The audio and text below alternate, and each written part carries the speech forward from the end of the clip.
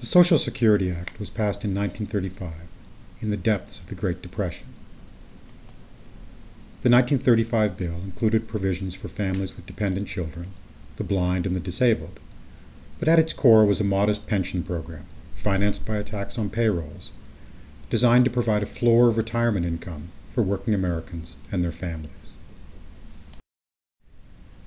As this graph demonstrates, the need was stark and the results dramatic.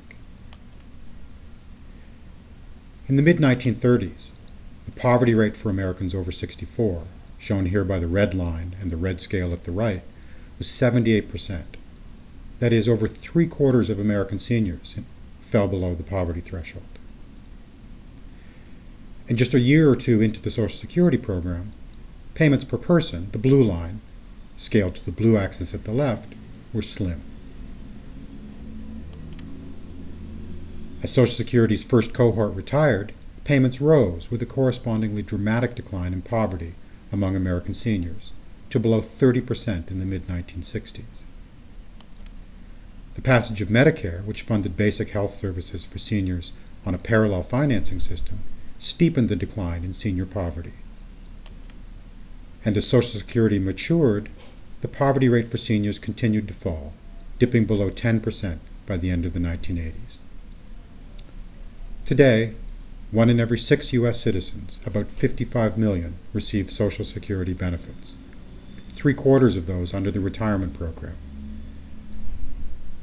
Without Social Security, almost half of Americans over the age of 65 would live in poverty.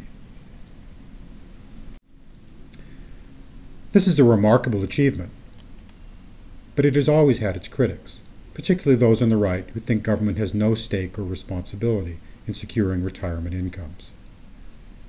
Advocates of privatizing or abolishing the Social Security system are especially adept at pushing the idea that Social Security is unsustainable, broke, or about to go broke.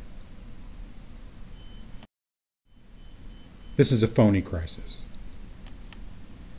As we can see here, Social Security spending as a share of the economy is projected to climb only slightly over the next 75 years, climbing from about 5% of gross national product to about 6% as the baby boom generation retires, and then leveling off for the foreseeable future.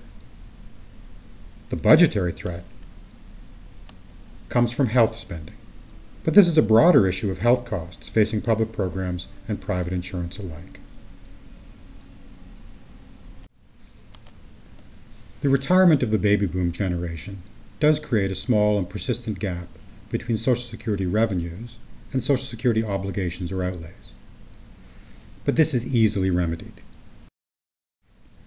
A 2% increase in the payroll tax, phased in over 20 years, would close most of the gap.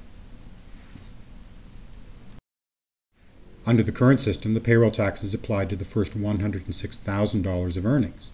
If we lifted that cap and applied it to all earnings, we could again erase most of the shortfall.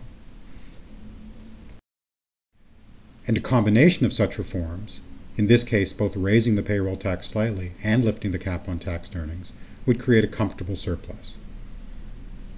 Given the program's track record, its immense popularity, and the relative simplicity of such reforms, it would be a grave mistake to make any other choice.